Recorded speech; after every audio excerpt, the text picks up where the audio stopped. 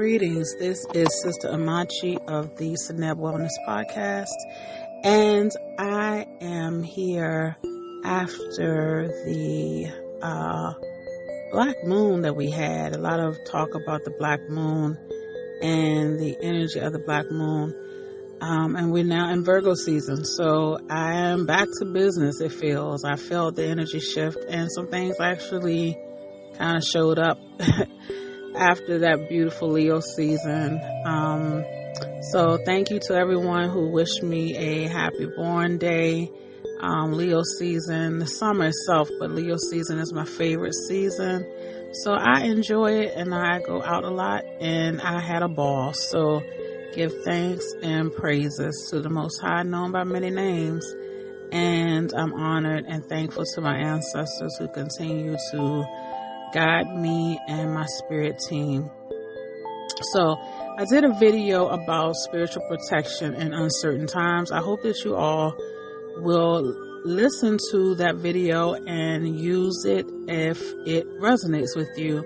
I also wanted to do a follow-up podcast episode about spiritual warfare. This may be considered controversial, but it's not controversial to me because I've studied over the years, and we actually have documented information about our experiences with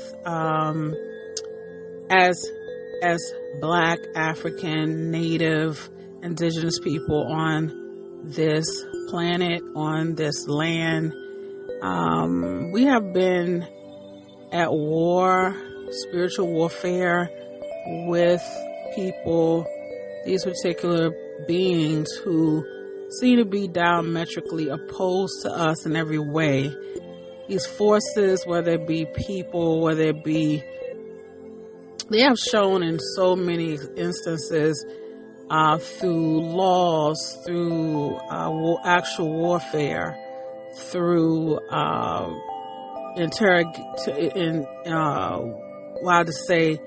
through constantly keeping us in a state of defense, that we really don't have a lot of friends here. Now, some will say, oh, that is divisive. It's not divisive. It's just reality of what has happened. And we still have a group of people on this planet who are like in the old world. Like they just won't let it go. They have old reptilian DNA. They have this DNA that's just against anything that's of life, right? They live with culture. They go around killing everything at sight, whether it is beautiful animals, for sport. They go around destroying the water, destroying the air, destroying the vibration on the planet. If anyone could think about the bells that they used to have, the bells that used to ring, and you can hear them throughout the city. I remember being young, I've heard it. Those bells no longer ring because those bells that were in the big churches and things like that, they took them and they buried them. They got rid of these bells because they brought a vibration on the planet that was needed to heal. Those vibrations have been removed. So they have done continuous things. These groups of beings, I won't even call them humans, I call them mankind. They continue to cause pain, destruction. They have greed. They unalive. They delete. They create. They have secret meetings. They have secret laws because they have been at war with the indigenous people of this planet. More than 400 years. This has been going on. This is cosmic war, okay? This is a lower group of people who continue to be at war with people who are indigenous to the land, but they're also indigenous to the cosmos. And we have to think of this on a bigger level, a larger level of the constant warfare these people have brought to the planet. And they also play on war games in the universe, in the cosmos, and the universe, however you want to call it. This group of people who really are not all human, okay? Are not all human, are not divine, all divine. Six ether people. They have caused a lot of pain on this planet. Now, some will say, well, where did they learn it from? Symbols about these patriarchal energies that basically try to take out the mother. So that's another conversation, but it is a relevant conversation. If you talk about Tiamat, and you also talk about those conversations about that mother, Marduk, taking out Tiamat. So that is something that has been kind of recorded in certain situations and recorded over and over again in certain stories.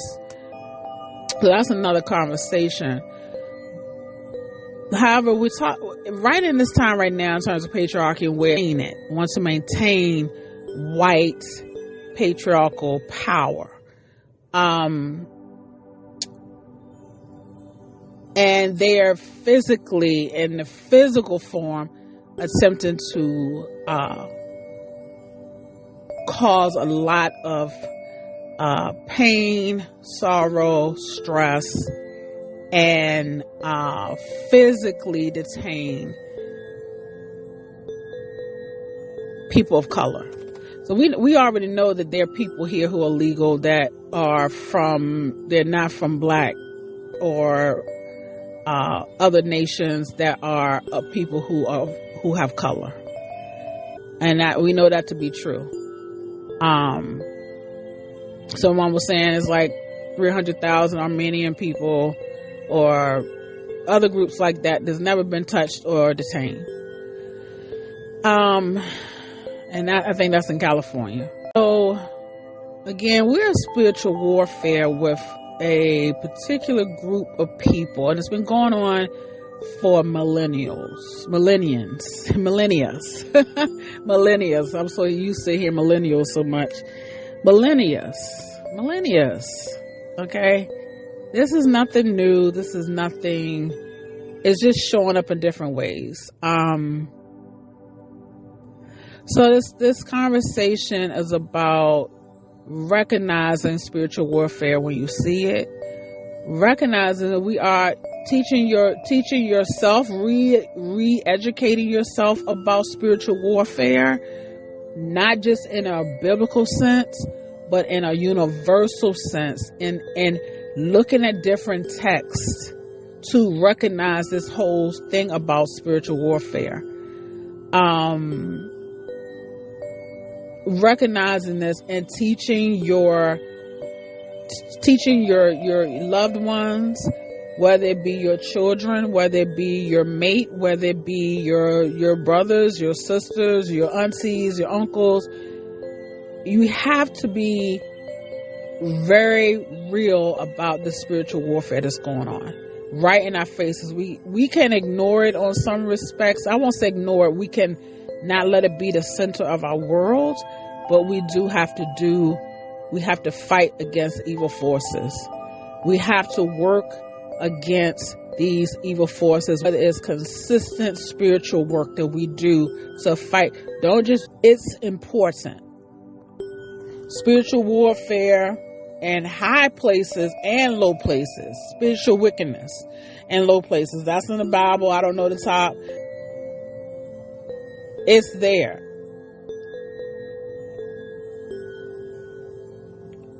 But we cannot continue to walk around as a group of people and not address this problem that continues to cause mayhem on the planet.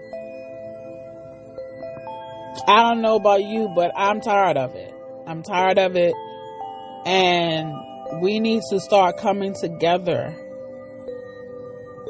to work with the forces, not just for our individual protection, but as a whole. As a whole. This is not in a physical way, because again, I'm saying this is spiritual warfare. And I know there are people who are doing this, so I'm not denying that. I'm saying this is a serious time that we cannot ignore and just go on with our lives like, oh, no, nothing. We have to buckle down and do what we need to do spiritually to fight against wickedness. We need to work with each other because they all work together and they pay attention to astrology. They pay attention to portal points. They pay attention to the black moon. They pay attention to eclipses. We have an eclipse coming up in Virgo. A full moon, and then we have an eclipse. So this energy, they work with it. Believe me when I tell you, I know you all know, many people know this already.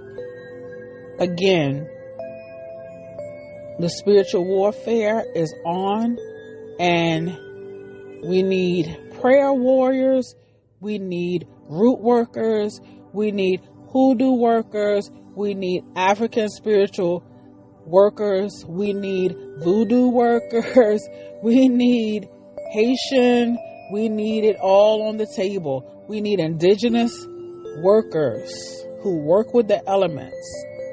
We need workers who work with the cosmos and have intuitive messages and spiritual messages that come to them straight from source. We need workers we need spiritual advisors. We need concise spiritual healers and workers and people who do the work, who are connected. We have bigger fish to fry than to take over everything that we have as a people. So we need to come together and do consistent work in for spiritual warfare against these beings. So take in a deep breath. It's a lot. And release. A cleansing breath. I'm not trying to bring fear. I'm not trying to bring worry. I'm not trying to bring chaos to ourselves. But we do want chaos to those who bring chaos to us. Any chaos that's brought to us, let it be multiplied 100,000 times over back to our enemies, who are literally taking away precious resources in our communities, bringing in data centers into black communities, people who are killing up the animals, who are shooting up the animals with mRNA, people who are killing up the air, who's destroying the air that we breathe, who are putting vaccines in the food, who are literally trying to militarize our communities. Yes, those people, we need to recognize that we are in spiritual warfare, and it is time to invoke the spirits of warfare to these demonic beings, to the Most High. No connection to Goddess, God, the All, the Source. These are bottom feeders who have most of the wealth on this planet and have no cares about sharing the wealth or making the planet better. They want to extract and continue to extract all of the minerals, the water, the elements, whatever they can take for their greed and their own things. It's time for us to say prayers collectively. It's time for us to say prayers for protection, but also to fight this enemy, this devil, whatever you want to call it. Yeah. So, spiritual warfare, unfortunately, is a part of what we deal with here. As much as we would like to think people are not in that type of mindset. But unfortunately, we have this energy that's on our necks. And it's time for us to work together, of course individually, but together to fight against this entity.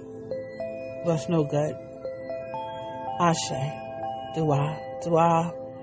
Dua enter. Dua Netru. Dua segment. Dua. Dua. Dua. Dua. Amen. Ra. Dua. Dua Ra. Dua Rayets. Ibashe to Ibashe Oladumare. Ibashe Orisha.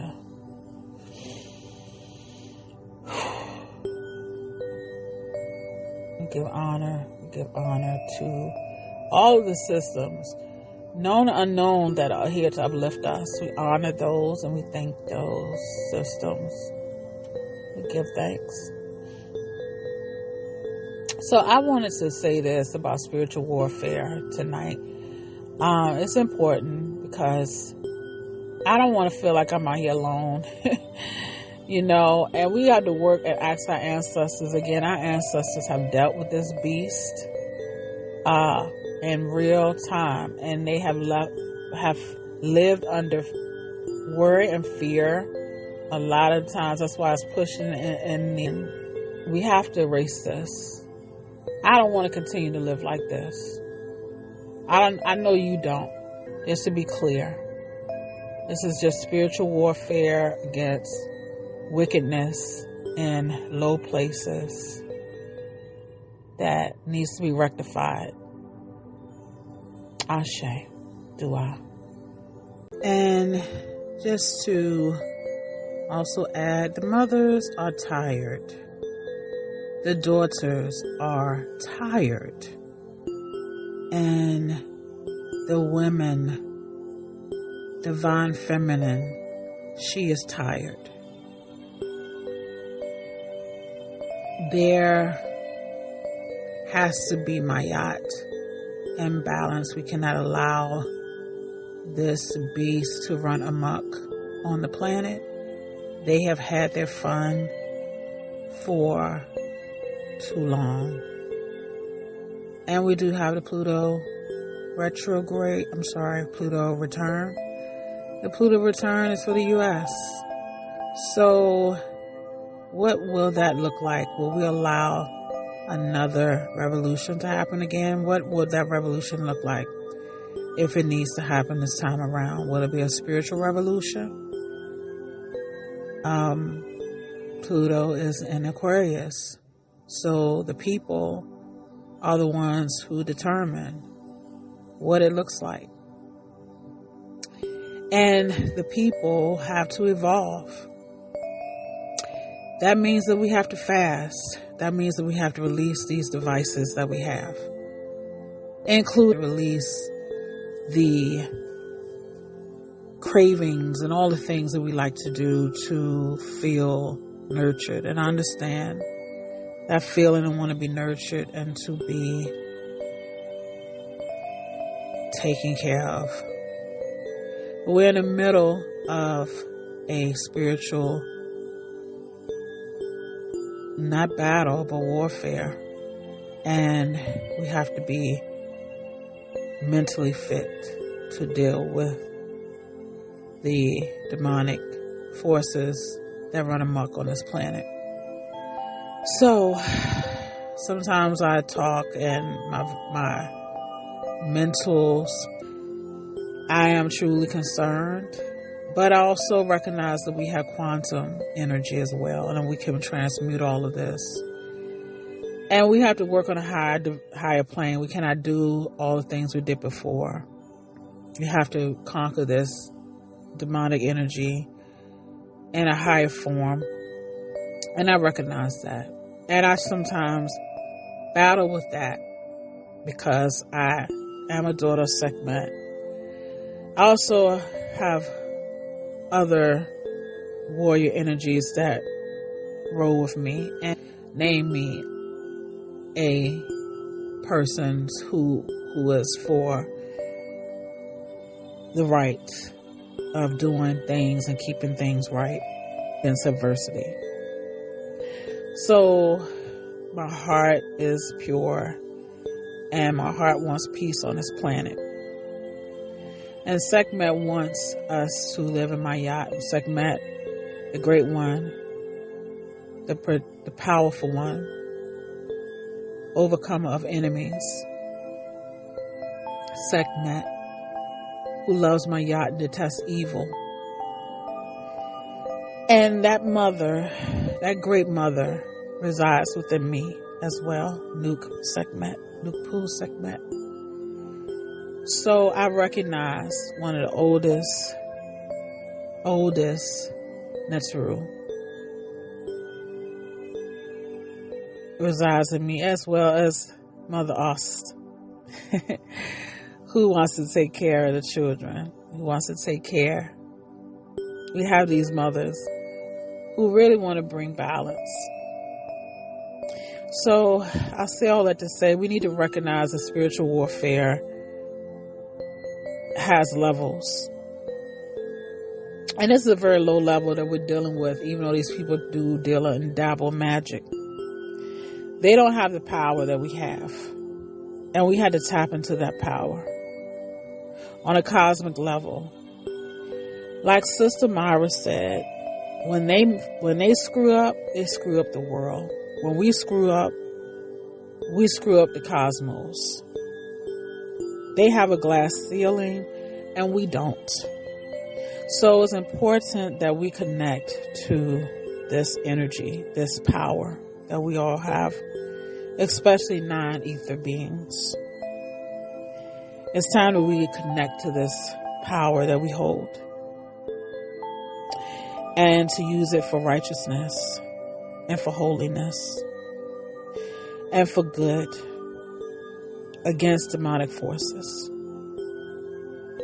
So I say this with all sincerity. Use this time to work with that energy and get the beauty of young people involved, because their hearts are pure. We have to cleanse ourselves of these parasites and worms and all these different things, these foods that we eat.